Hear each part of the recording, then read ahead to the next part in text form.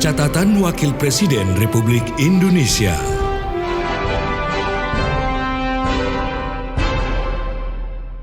Wakil Presiden Ma'ruf Amin melakukan kunjungan kerja di Jawa Tengah dan Daerah Istimewa Yogyakarta selama 2 hari, mulai tanggal 26 hingga 27 Juni 2023.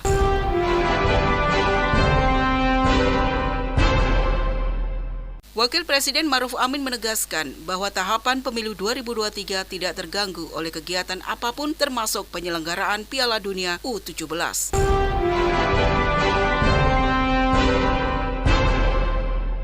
Inilah rangkaian kegiatan Wakil Presiden Kiai Haji Ma'ruf Amin yang terangkum dalam catatan Wakil Presiden RI bersama saya, Ragi Lestari. Catatan Wakil Presiden Republik Indonesia.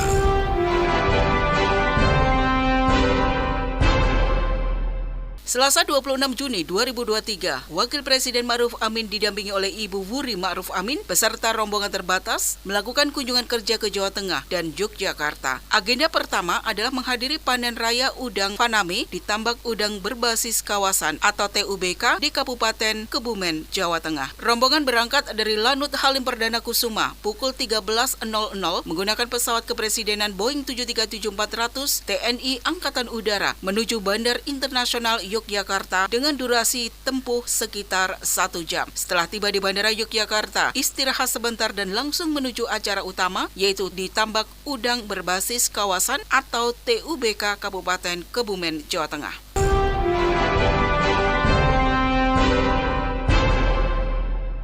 Dalam sambutannya di acara panen perdana udang Faname di Tambak Udang Berbasis Kawasan Kabupaten Jawa Tengah, Wakil Presiden Ma'ruf Amin berharap target ekspor komoditas udang mencapai 4,3 miliar dolar Amerika pada tahun 2024. Budidaya udang menawarkan nilai ekonomi yang potensial. Ekspor udang selama kurun waktu Januari hingga April 2023 misalnya telah berkontribusi signifikan dengan porsi 32,5% dari total ekspor produk perikanan Indonesia. Indonesia saat ini sudah menempati peringkat ketiga terbesar dalam ekspor udang global setelah Ekuador dan India. Namun, meskipun menempati peringkat ketiga, pangsa pasar kita masih cukup kecil, yaitu sekitar 6%. Peluang besar peningkatan pangsa pasar dalam industri ini sepatutnya mampu dioptimalkan. Wapres juga menjelaskan, dari sisi hulu, pemerintah antara lain menghadapi tantangan untuk membangun tempat pembenihan yang memiliki kapasitas dan berkualitas dalam menghasilkan benih unggulan, serta membangun tambak berbasis kawasan untuk memperluas produksi. Sedangkan dari sisi hilir, dibutuhkan produk olahan udang yang bernilai tambah dan kompetitif, serta penetrasi pasar yang lebih luas dari sebelumnya.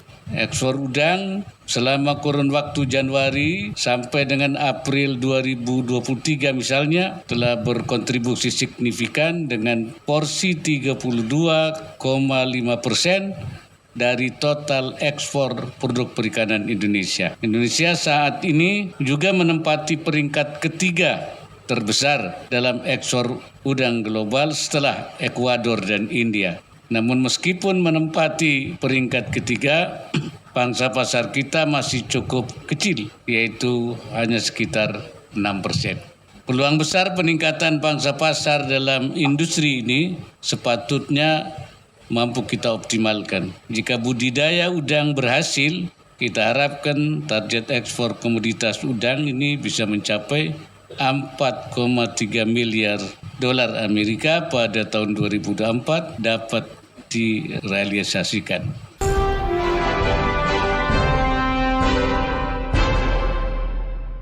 Usai acara, Wapres juga memberikan tanggapan terkait panen udang yang bisa menopang perekonomian baik lokal maupun nasional. Pak, saya Ragil dari Radio El Sinta, Pak. Terkait dengan acara ini, bagaimana pemerintah memastikan rantai keekonomian budidaya udang ini diciptakan untuk pemanfaatan UMKM? Karena kalau banyak warga yang ingin menjadi petambak mandiri, itu ada kaitannya dengan modal, pembinaan, dan juga pemasaran. Dan tidak hanya melihat bagaimana keuntungan untuk ekspor, tapi bagaimana juga kebutuhan dalam negeri itu terpenuhi dengan pemanfaatan lokal dan nasional.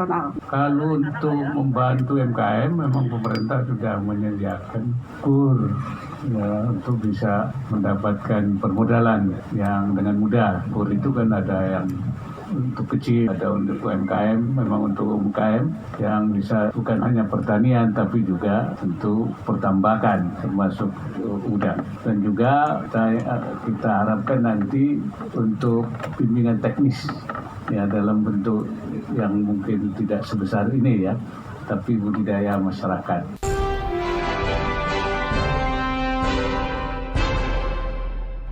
Wapres juga mempersilahkan Menteri Kelautan dan Perikanan Sakti Wahyu Trenggono untuk menanggapi apa yang sudah disampaikan Wapres terkait budidaya udang akan terus digalakkan di daerah-daerah yang potensial. Jadi menjawab dari Elsinta, mungkin kami bisa sampaikan modeling ini bisa diterapkan nanti di pemerintah daerah. Di Banten itu banyak sekali wilayah yang sangat bagus.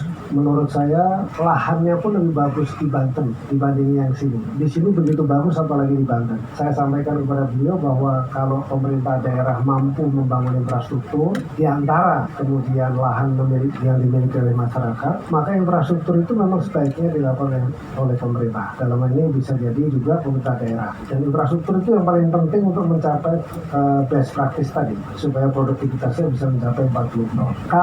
Kalau misalnya infrastruktur itu tidak disediakan oleh negara atau oleh pemerintah, maka produktivitasnya tidak akan bisa tercapai karena memang biaya infrastrukturnya sangat tinggi. Tadi Pak PJ Gubernur sangat paham, beliau semangat untuk melakukan model seperti ini.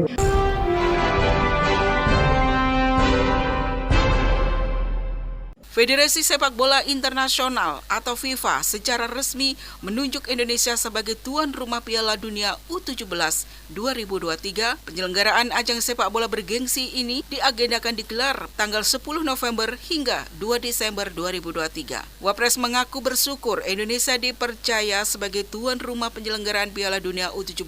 Dengan Indonesia menjadi tuan rumah Piala Dunia U17, menurut Wapres, Indonesia kembali dipercaya dan dinilai merupakan penghargaan yang luar biasa. Dengan kepercayaan yang diberikan kepada Indonesia, maka penyelenggaraan kompetisi sepak bola dunia U17 harus berjalan dengan baik dengan mempersiapkan yang matang. Dengan ini, Wapres menegaskan bahwa tahapan pemilu 2023 tidak boleh terganggu oleh kegiatan apapun, termasuk penyelenggaraan Piala Dunia U17. Insert Bola. Pertama tentu kita bersyukur ya, artinya dipercaya untuk menjadi penyelenggara kompetisi Piala Dunia untuk umur 17 tahun. Itu satu penghargaan yang luar biasa itu. Artinya itu kepercayaan kepada kita. Oleh karena itu kita harus bisa melaksanakannya dengan baik, mempersiapkannya dengan matang supaya tidak penyelenggaraannya itu kemudian baguslah, baik ya. Dan kedua, pemilu itu jangan sampai menjadikan kita kemudian tidak berhenti itu. Ya, pemilu itu kan sesuatu yang kita laksanakan setiap 5 tahun sekali untuk memilih pemimpin, baik di eksekutif, di legislatif maupun juga pilpres. Sebaiknya itu tidak menghambat berbagai kegiatan kita, termasuk kegiatan ekonomi, kegiatan sosial, dan kegiatan juga ketika kita menjadi penyelenggara kompetisi besar seperti itu, sebaiknya tidak kemudian terganggu oleh karena kita melaksanakan pemilu. Karena itu kita harapkan bahwa suasana pemilu kita kondusif. Ya, kalau pemilu itu dilaksanakan dengan baik, dengan saling pengertian, tidak ada konflik, saya kira kompetisi itu akan berjalan dengan baik. Tentu saja harus kita persiapkan dengan baik penyelenggaraannya dan kemudian juga secara keamanannya harus terjamin. Nah, kita juga selain kita bisa menjaga prestise kita sebagai penyelenggara, jangan lupa kita harus juga prestasinya. Ya, kita sukses juga nanti sebagai bagian daripada yang ikut kompetisi.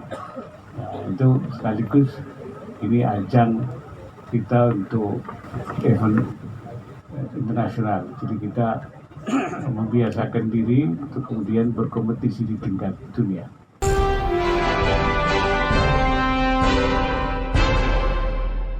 Selasa 27 Juni 2023, masih dalam rangkaian kunjungan kerja, Wakil Presiden Ma'ruf Amin beserta Ibu Haja Wuri Ma'ruf Amin berkunjung ke kediaman Kiai Haji Madani MA, seorang ulama senior yang merupakan sahabatnya. Kunjungan ini merupakan silaturahim sekaligus membesuk Kiai Madani yang sedang sakit. Kediaman Kiai Madani di Jalan Jawa, Pringgolayan, Condong Catur, Depok, Kabupaten Sleman, Daerah Istimewa Yogyakarta. Kepada tokoh kelahiran Madura ini, Wapres mendoakan kesembuhan sahabatnya. Silaturahim yang berlangsung kurang dari 1 jam ini diwarnai canda dan cerita kenangan selama kiprah kedua ulama ini di keorganisasian. Sederet amanah pernah diemban oleh Kiai Madani, diantaranya adalah menduduki jabatan Khotib Am Syuriah di PBNU periode 2010 hingga 2015, Dekan Fakultas Syariah UIN Sunan Kalijaga Yogyakarta, Wakil Ketua Dewan Pertimbangan Majelis Ulama Indonesia Provinsi Daerah Istimewa Yogyakarta, dan Mustasyar PWNU Daerah Istimewa Yogyakarta tahun 2022 hingga 2027. Saat Wapres menjabat sebagai Ketua MUI, Kiai Madani mengemban amanah Wakil Ketua Komisi Fatwa MUI Pusat periode 2015-2020.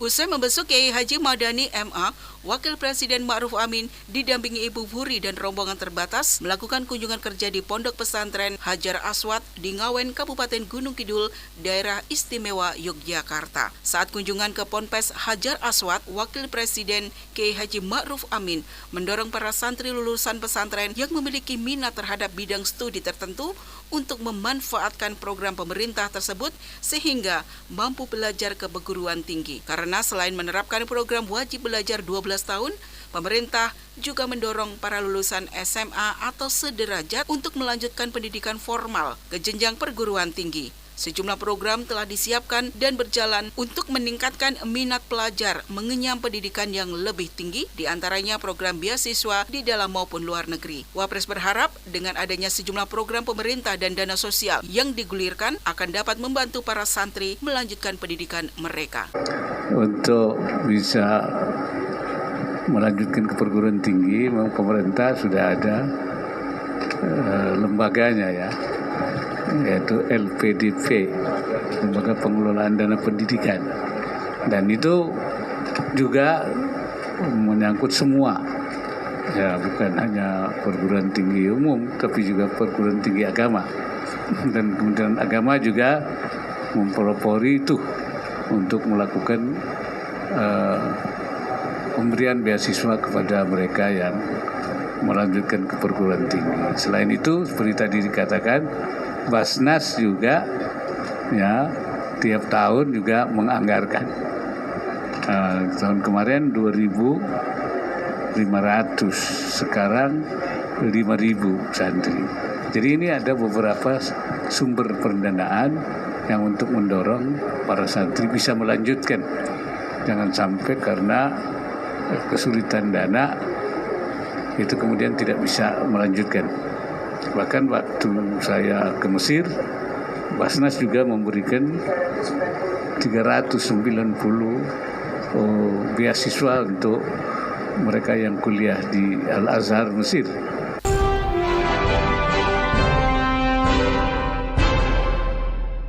Dalam kesempatan yang sama, Wakil Presiden Ma'ruf Amin berkunjung ke greenhouse milik Yayasan Pondok Pesantren Sunan Pandanaran, Pondok Pesantren Hajar Aswad di Kabupaten Ngawen, Kabupaten Gunung Kidul, Daerah Istimewa Yogyakarta. Untuk mendukung program kemandirian pesantren, Wapres mengapresiasi Pandanaran Greenhouse. Untuk mewujudkan ketahanan bangsa harus dimulai dari membangun ketahanan masyarakat dari kota hingga desa. Peran membangun ketahanan ini salah satunya dapat dilanjutkan oleh pondok pesantren. Oleh karena itu, program pengembangan usaha kemandirian pesantren seperti greenhouse atau rumah kaca untuk membudidayakan produk pertanian dinilai sangat baik. Di Pandanaran Greenhouse, Wapres memanen sayuran dengan jenis selada dan kangkung yang dibudidayakan secara hidroponik oleh para santri.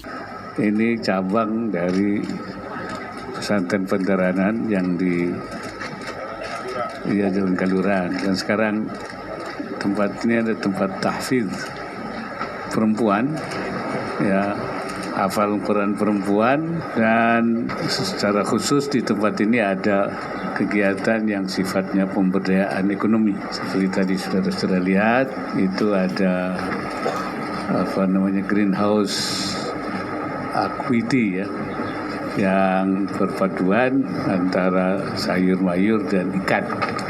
Dan itu juga dikelola oleh para santri ya.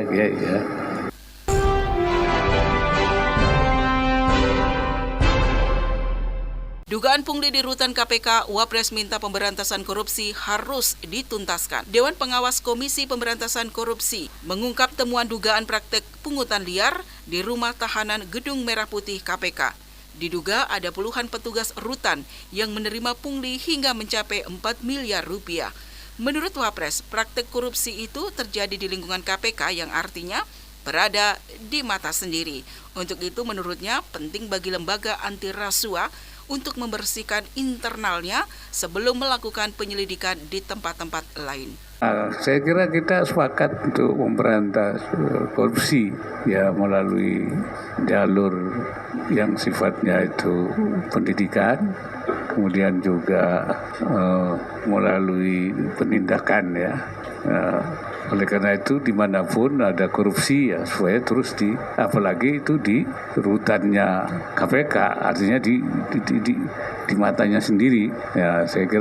Saya setuju itu terus dilanjutkan, dituntaskan, dan jangan sampai justru KPK melakukan upaya pemberantasan korupsi tapi di dalam sendiri justru terjadi. Ini tentu harus lebih dulu dibersihkan dulu ya.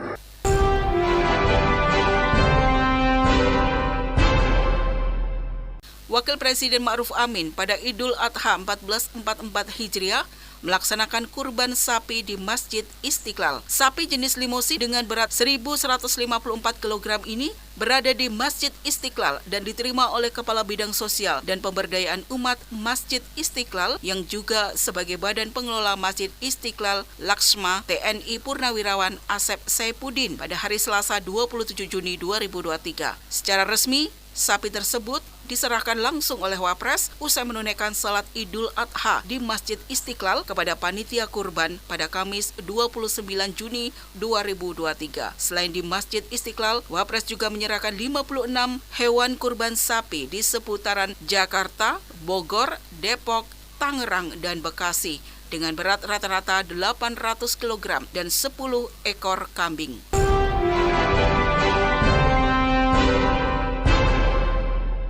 Kamis 29 Juni 2023 bertepatan dengan Hari Raya Idul Adha 1444 Hijriah. Wakil Presiden Kiai Haji Ma'ruf Amin mengajak kepada umat muslim yang mampu untuk melaksanakan ibadah kurban. Menurut Wapres, dari segi sosial kemasyarakatan, masih banyak masyarakat yang membutuhkan bantuan. Oleh karena itu, di Hari Raya Kurban, Wapres mengingatkan jangan sampai tidak ada masyarakat yang merayakan Idul Adha dengan gembira. Wapres juga mengajak masyarakat muslim untuk meramaikan Idul Adha tidak hanya melalui kumandang gema takbir saja, tetapi juga agar berbondong-bondong untuk melaksanakan ibadah kurban. Menurut Wapres, berkurban dengan menyembelih hewan berupa sapi dan kambing pada hakikatnya merupakan upaya untuk semakin mendekatkan diri kepada Allah Subhanahu wa Ta'ala. Assalamualaikum warahmatullahi wabarakatuh. Bismillahirrahmanirrahim. Allahu Akbar, Allahu Akbar, Allahu Akbar. La ilaha illallah, wallahu akbar, Allahu akbar walillahil hamd. Saya mengucapkan selamat Hari Raya Idul Adha 1444 Hijriah kepada seluruh saudaraku umat Islam dimanapun berada. Keteladanan Nabi Ibrahim alaihissalam mengandung pesan mulia tentang keimanan dan ketakwaan kepada Allah Subhanahu wa Ta'ala yang tidak bercela. Idul Adha juga mengajarkan tentang pentingnya menjunjung kemanusiaan dengan cara berbagi kebahagiaan oleh umat yang memiliki kelapangan. Nilai-nilai mulia dari Idul Adha terus relevan melintasi zaman dan patut untuk terus kita semaikan dalam kehidupan kita sehari-hari.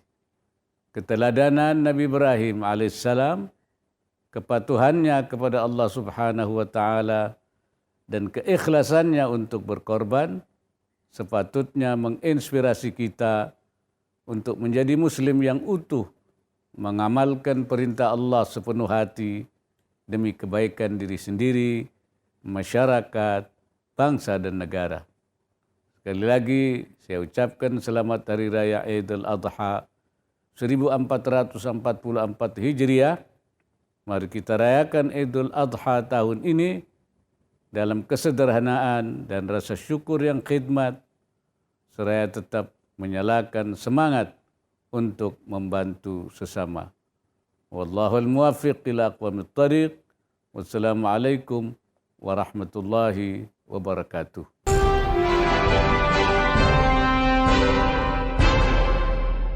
Demikian rangkaian kegiatan Wakil Presiden Kiai Haji Ma'ruf Amin yang terangkum dalam catatan Wakil Presiden RI.